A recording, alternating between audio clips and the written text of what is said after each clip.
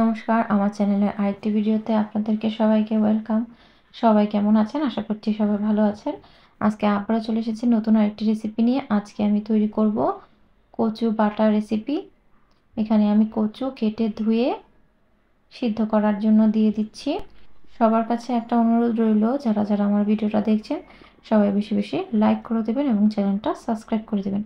এটা আমি দেখে নিচ্ছি সিদ্ধ হয়েছে কিনা, কিন্তু এটা সিদ্ধ হয়নি, এটা আরেকটু সিদ্ধ হবে। এই তো কচুটা কিন্তু আমার সিদ্ধ হয়ে গেছে। এখন আমি এটাকে নামিয়ে নেব। এটাকে এখন আমি নামিয়ে রেখেছি।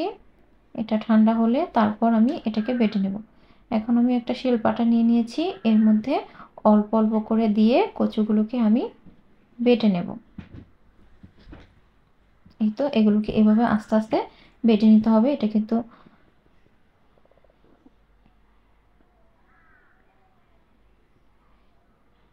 এইভাবে আমি সবগুলো কচু বেটে নেব।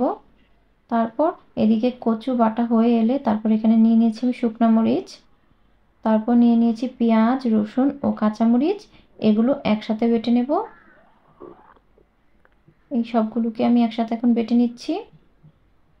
এগুলোকে কিন্তু কাঁচাই বেটে নিতে হবে। এখন এই সবগুলোকে বেটে নিচ্ছি।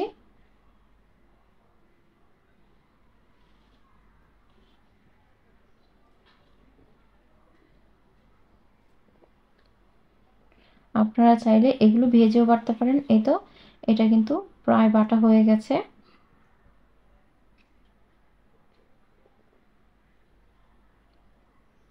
এখন যে কচুটা আমি বেটে রেখেছি এই বাটাটাও এর সাথে রেখে দেব।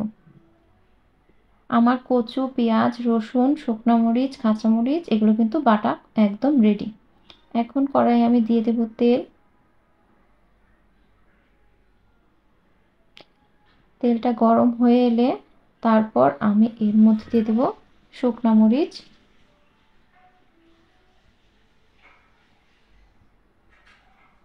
দিয়ে দিলাম 3টে শুকনো মরিচ। শুকনো মরিচটা একটু লাল করে ভেজে নেব। শুকনো মরিচটা লাল করে ভাজা হয়ে গেলে ফোড়নের জন্য দিয়ে দিচ্ছি কালো জিরে।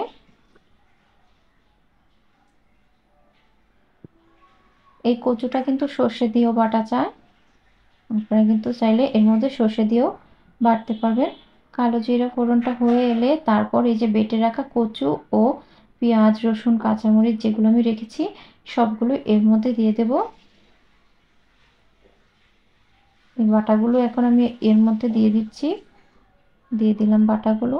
বাটাগুলো দিয়ে এখন ভালোভাবে মিক্সড করে নেব। সবগুলো একসাথে মিক্সড করে নেব কচুটার সাথে।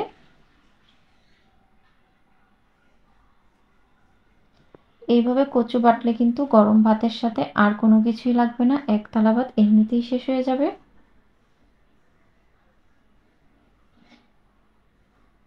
এখন এর মধ্যে দিয়ে দেব পরিমাণ মতো লবণ,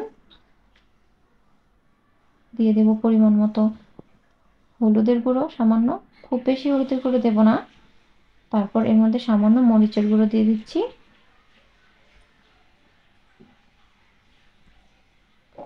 দিয়ে এখন এটাকে মিক্সড করে নিচ্ছি।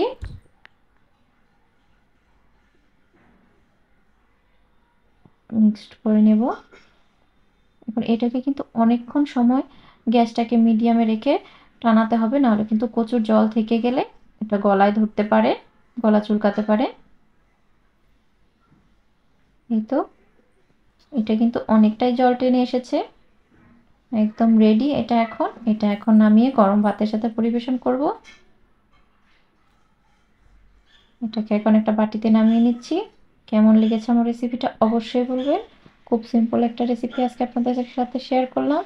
ভালো লাগলে চ্যানেলটা সাবস্ক্রাইব করে ভিডিওটা শেয়ার করবেন আর অবশ্যই বেশি বেশি লাইক করবেন। আজকের মতো এ পর্যন্তই। আগামীকাল দেখা হবে নতুন কোনো রেসিপির সাথে, নতুন কোনো ভিডিও নিয়ে।